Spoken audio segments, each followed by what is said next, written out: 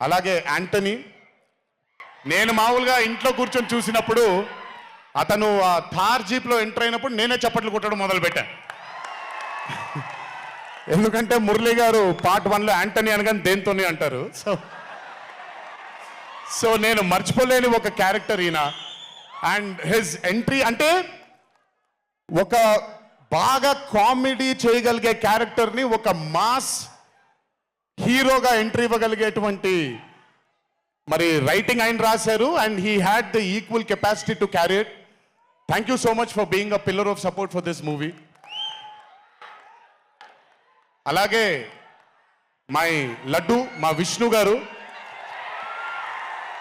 I think I'm sorry ఎవరు ఏమనుకోవద్దు మీ ముగ్గురు, బట్ ఐ థింక్ ఈ cinema if it was not Vishnu గారు ఈ రోజు ఇంత పెద్ద హిట్ అయ్యేది కాదేమో.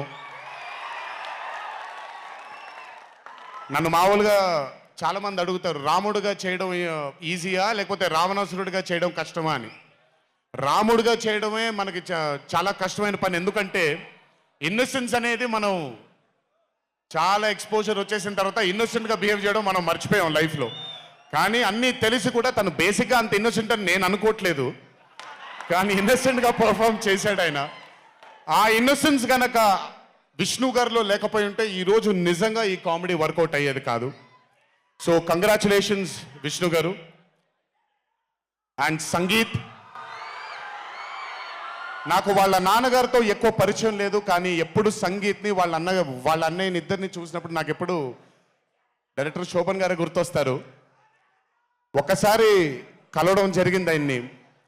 అయినంత సాఫ్ట్ స్పోకెన్ మనిషిని, అంత హంబుల్గా ఉండే మనిషిని నేను మళ్ళీ చూడలేదు. And I think Shobhan Sangeeth, మనకి బాగా ఇష్టమైన వాళ్ళు మనకు దూరం అయినప్పుడు మన చుట్టూనే ఉంటారు వాళ్ళు. And I'm very happy and I'm sure నాన్నగారు ఇక్కడే కూర్చొని is very proud of you. Congratulations for this amazing success.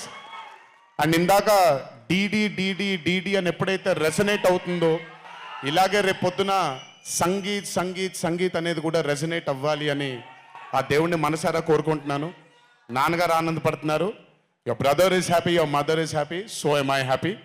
I wish you all the luck for many more films. Just మీరు ఇలాగే మీ దర్శకుడిని నమ్ముకుంటూ ముందుకు వెళ్ళిపోండి. All the best brother. Thank you so much.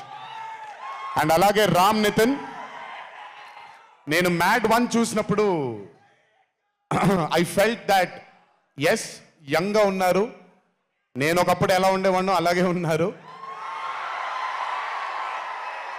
Maybe కొంచెం ఎక్స్పోజర్తో కెమెరా ముందు నిలబడడం అంత ఈజీ కాదండి, దోలు తీరిపోద్ది. మీ ముందు నిల్చొని మాట్లాడటం ఎంత దోల తీరిపోద్దో కెమెరా ముందు కూడా నిల్చోవడం అంతే దోల తీరిపోద్ది. త్రివిక్రమ్ గారిని అడగొచ్చు మీరు. ప్రతిసారి షూటింగ్ వెళ్ళినప్పుడు నాకు షివరింగే వస్తుంది, అదంతా మీకు తెలియదు. కానీ but today when I saw Mad 2 I think Ram Nithin has killed it. చాలా చాలా చాలా చాలా బ్యూటిఫుల్గా చేశాడు, చాలా అద్భుతంగా చేశాడు. కామెడీని పలికించడం చాలా కష్టమైన పని అండి యాక్టర్కి.